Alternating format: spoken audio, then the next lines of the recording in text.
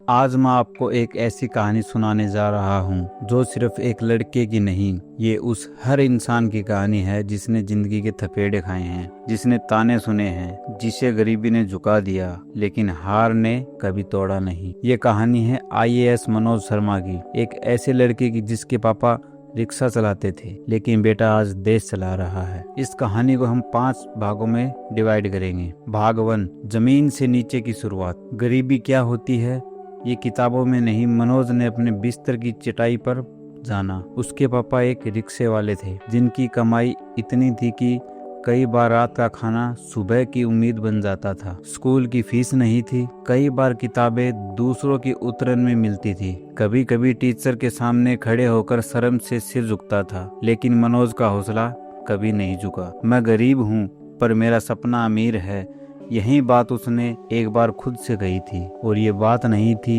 ये एक वादा था खुद से। भाग 2, पहले असफलता फिर आत्मा की आग। 10वीं में फेल हो गया। लोगों ने कहा तेरा कुछ नहीं हो सकता। माँ बोली बस कोई नौकरी कर ले बेटा।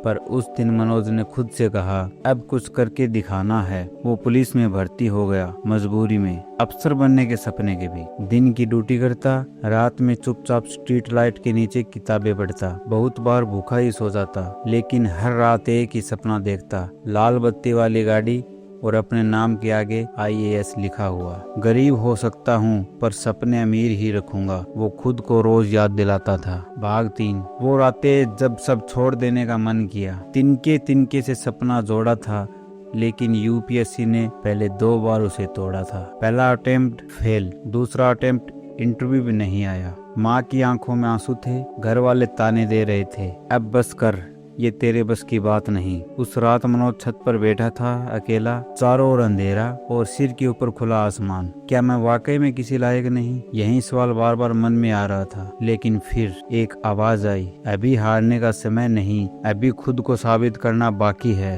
भाग 4, चौथी बार की वो तैयारी जो आत्मा से निकली थी। इस बार कोचिंग नहीं, खुद की गलती की लिस्ट बनाई। इस बार सिलेबस नहीं, माइंड सेट पढ़ा। इस बार डर नहीं, आग थी। चौथे अटेम्प्ट में मनोज ने खुद को पूरी तरह बदल लिया। हर घंटे का प्लान किया, इंटरव्यू की प्रैक्टिस ऐसी की जैसे देश का भविष्य उसी के हाथ में है। और जब इंटरव्यू में पूछा गया why do you want to become an IAS officer, उसने जवाब दिया ताकि मेरे जैसे हजारों मनोज शर्मा को फिर कभी गरीबी से हारना न पड़े। भाग 5, जब सपनों ने दस्तक दी और उस दिन UPSC का रिजल्ट आया, मनोज शर्मा का नाम लिस्ट में था। आज वो अफसर है, एक रोल मॉडल है और एक सच्चा उदाहरण कि अगर हौसला हो तो रिक्शे से लाल बत्ती तक का सफर भी मुमकिन है। जिंदगी रीसेट की सीख, अगर हालात तुम्हें रोके तो जवाब साइलेंस से नहीं, सफलता से दो। सपने ऊंचे रखो लेकिन हौसले उससे भी ऊंचे। हार तब होती है जब तुम मान लेते हो